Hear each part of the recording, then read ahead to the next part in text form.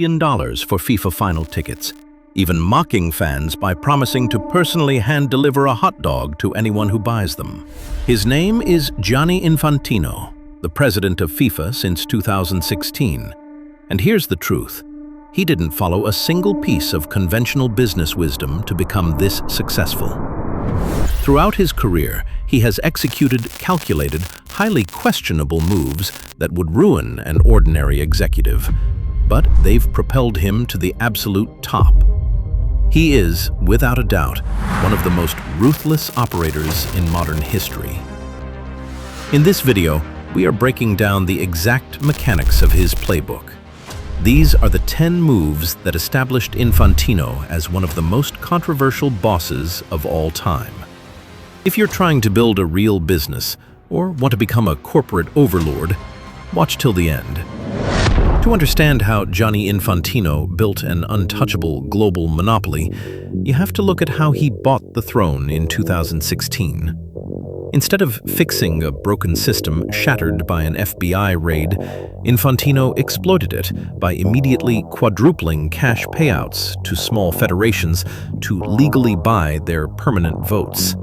He realized that inside the FIFA Congress, a tiny island nation like Montserrat carries the exact same voting power as a global football superpower like Germany or Brazil.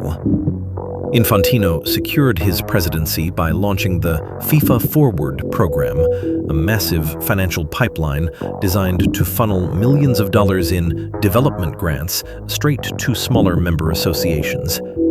To the public, it looked like charity to build pitches in developing nations. In reality, it was a legal, institutionalized vote-buying machine.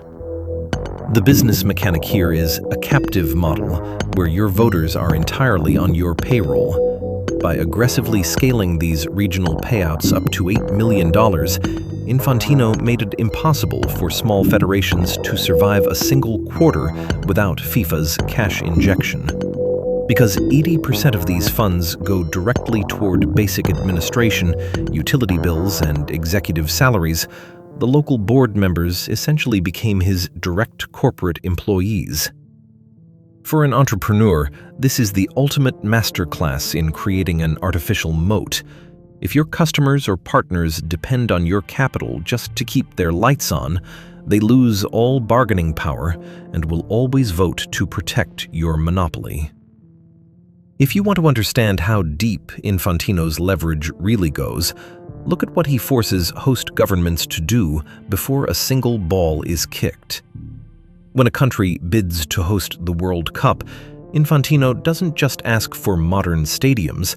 He demands that the host nation literally suspend its own domestic laws and hand FIFA absolute legal immunity. He forces sovereign governments to sign contracts granting FIFA a 100% blanket tax exemption on all ticket sales, broadcasting rights, and corporate sponsorships, ensuring billions in pure profit leave the country entirely untaxed. But the economic extortion runs even deeper. Infantino forces host nations to establish FIFA mini-states within their borders, special fast-track immigration lanes, and complete visa waivers that override standard national security protocols just to smooth out logistics for corporate VIPs and soccer delegations. If the host country refuses to alter its federal tax codes or border policies, Infantino simply threatens to strip them of the tournament and hand it to a competing nation, leaving the original host with billions in wasted infrastructure debt. Infantino doesn't negotiate from a position of equal partnership. He uses a high-value, highly emotional asset, national pride and global prestige, to force his clients to take 100% of the financial risk, while he retains 100% of the upside. The ultimate legal loophole that protects Infantino's multi-billion-dollar empire is that on paper, FIFA is structured as a non-profit association under Swiss civil code. Legally, FIFA shares the exact same corporate classification as a local community chess club or a neighborhood youth center. By registering under Article 60 of the Swiss Civil Code, Infantino exploits a massive regulatory gap designed for small civic groups, allowing a multinational business pulling in over $7.5 billion per cycle to bypass standard corporate tax structures entirely. This ghost franchise status grants Infantino three massive privileges. First, because FIFA is classified as a non-profit, it pays virtually 0% income tax in Switzerland on its multi-billion-dollar World Cup revenues, treating its cash reserves as untaxable surplus. Second, it bypasses standard financial audits, facing almost zero government oversight compared to regular corporate giants. Finally, FIFA operates completely outside national courts. It runs its own private legal system, allowing Infantino to ban players and fine executives without ever answering to a real government judge. Infantino's absolute masterclass in revenue optimization is how he completely weaponized the 2026 ticketing structure to extract maximum wealth from the U.S. entertainment market. For the first time in World Cup history, Infantino broke standard sporting traditions by quietly implementing surge pricing, causing upper deck seats for the final to spike all the way up to $4,210. But the real corporate heist happens on FIFA's official secondary marketplace. Instead of banning scalpers, Infantino built a system to profit from them. FIFA collects a massive 15% transaction fee from both the buyer and the seller on every single resale ticket. When frantic fans list World Cup final tickets on the platform for an eye-watering $2.3 million, FIFA stands to pocket nearly $700,000 in pure transaction fees from just one single exchange. To make the cash loop even more profitable, FIFA has been caught delaying payouts to resellers well past their own 60-day deadline, holding on to millions of dollars interest-free while the cash sits in their own corporate accounts. If you can control both the initial supply and the secondary platform where it trades, you get to tax the consumer twice on the exact same product. Infantino's most aggressive scaling strategy was a pure inventory generation heist. He artificially inflated the size of the World Cup. For nearly 30 years, the tournament was an elite competition featuring only 32 countries. Infantino shattered that tradition by rewriting the rules to let 48 teams in, forcing the total number of matches to skyrocket from 64 to a staggering 104 games. To the public, he marketed this as the ultimate inclusive celebration of global sports. In reality, it was a data-driven cash flow hack. By engineering 40 extra matches out of thin air, Infantino instantly created a massive wave of new inventory. TV broadcast rights jumped to a projected $3.9 billion, and matchday ticket sales surged by 216%, skyrocketing from $950 million in Qatar to a massive $3 billion for this cycle. This simple structural expansion shattered all previous forecasts, single-handedly driving FIFA's total cycle revenue from an initial $11 billion budget to a record-breaking $13.1 billion payout. The core business mechanic here is inventory fabrication to maximize distribution yield. If you run a business with fixed, highly demanded assets, you don't just raise prices, you structurally expand your production capacity to capture latent market demand. Gianni Infantino successfully engineered a massive $1 billion corporate hostile takeover by hijacking the most valuable club teams on earth. For decades, the crown jewel of elite club football was the UEFA Champions League, a multi-billion-dollar tournament owned entirely by the European Football Federation. Infantino wanted a piece of that massive ecosystem, so he took a dead, irrelevant tournament called the FIFA Club World Cup and blew it up into a massive 32-team mega event in the United States, forcing elite clubs like Real Madrid, Manchester City, and Bayern Munich to participate by threatening them with brutal regulatory penalties and exclusion from global marketing rights if they backed out. Once he forced them into the grid, he dropped the ultimate financial bait, an unprecedented $1 billion total prize pot. giving the winning club up to $125 million. He funded this massive payout by cutting a historic $1 billion global streaming rights deal with DAZN, pulling a multi-billion-dollar entertainment product completely out of thin air. The core business mechanic here is forced portfolio diversification through distribution control. If you see a competitor dominating a high-margin sector, you don't try to build a rival product from scratch. Instead, you use your regulatory infrastructure to take their premium suppliers hostage and force them to work with you.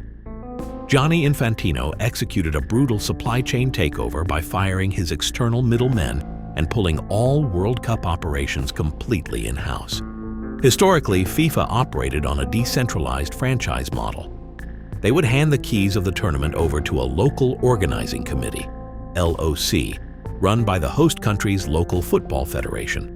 The local hosts managed the ticketing, local sponsorships, and regional vendor logistics, skimming off massive cuts of the profits and leaving FIFA as just a passive licensing body.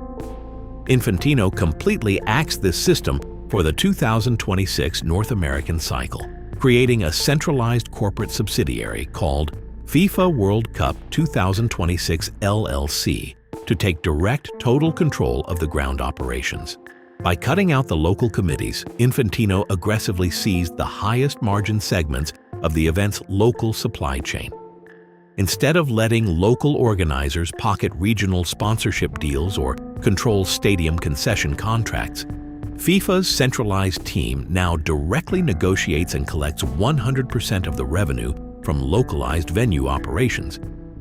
Infantino essentially reduced the host nations to glorified stadium landlords, forcing cities to foot the billions in local security and infrastructure costs, while his in-house corporate vehicle extracts every single dollar of operational profit.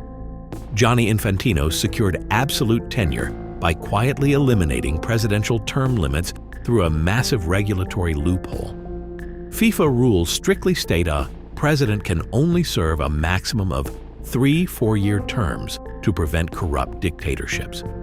However, during the FIFA Congress, Infantino's legal team successfully argued that his first 3 years in office, 2016 to 2019, didn't actually count toward his limit because he was merely completing the term of his disgraced predecessor, Sepp Blatter. This single legal tweak allows him to run for re-election again, effectively extending his reign until at least 2031. The business mechanic here is governance architecture manipulation.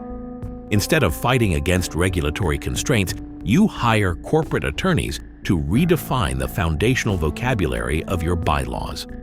For an entrepreneur, this is a masterclass in founder protection. If you control the board and the voting infrastructure, you can rewrite the operational definitions of tenure, vesting schedules, or equity lockups to ensure you remain completely unoustable by outside investors or hostile shareholders. Gianni Infantino mastered the art of weaponizing geopolitical relationships to secure unprecedented federal favors. When Donald Trump cracked down heavily on immigration and implemented strict $15,000 visa bond requirements for incoming foreign travelers, Infantino stepped in directly. By cozying up to the administration and awarding Trump the inaugural FIFA Peace Prize at the World Cup draw, Infantino successfully pressured the U.S. government into completely waiving those multi-thousand-dollar visa bonds for ticket-holding international fans. The business mechanic here is strategic asset alignment. Instead of lobbying governments through standard expensive corporate channels, you offer powerful leaders a massive, highly visible platform to boost their global image. For an entrepreneur, this is a masterclass in high-level partnerships. If you can align your product with the personal or political objectives of major power players, they will gladly use their authority to remove massive regulatory roadblocks and smooth out your operations for free. Infantino's final masterclass in corporate extortion was an aggressive $1 billion gamble to hijack the digital sports market. For 30 years, EA Sports paid FIFA a flat $150 million annual licensing fee just to print those 4 letters on their game box. But Infantino saw EA clearing a staggering $7.5 billion in total yearly revenue, largely driven by over $1.4 billion in pure digital microtransactions from gamers buying virtual card packs. Realizing FIFA was getting breadcrumbs from a gold mine, Infantino demanded EA double their annual payout to a flat $1 billion per World Cup cycle. When EA called his bluff and rebranded to EA Sports FC, Infantino didn't back down. He went to war. He announced that FIFA would build its own rival video game to directly crush EA's monopoly, planning to use the 2026 World Cup's massive 5 billion viewer global broadcast audience as a free marketing engine to force millions of young gamers onto his new platform. If you own the ultimate trademark in an industry, you don't settle for a tiny licensing royalty while your distributor captures 90% of the margin. But if you think Infantino's playbook for absolute dominance is aggressive, he is amateur hour compared to the master of the art of the deal himself. In our next breakdown, we are pulling back the curtain on the ultimate corporate brawler with the craziest Donald Trump ruthless business moves, Part 2. We're going to dissect his most vicious modern plays. From weaponizing hyper-leveraged real estate debt against major banking institutions to completely hijacking the digital media landscape by launching his own stock market-backed tech ecosystem. If you want to see how a billionaire mogul corners entire systems by treating corporate law, bankruptcy courts, and massive media attention as raw financial leverage, you won't want to miss it. Hit subscribe, and we'll see you in the next one.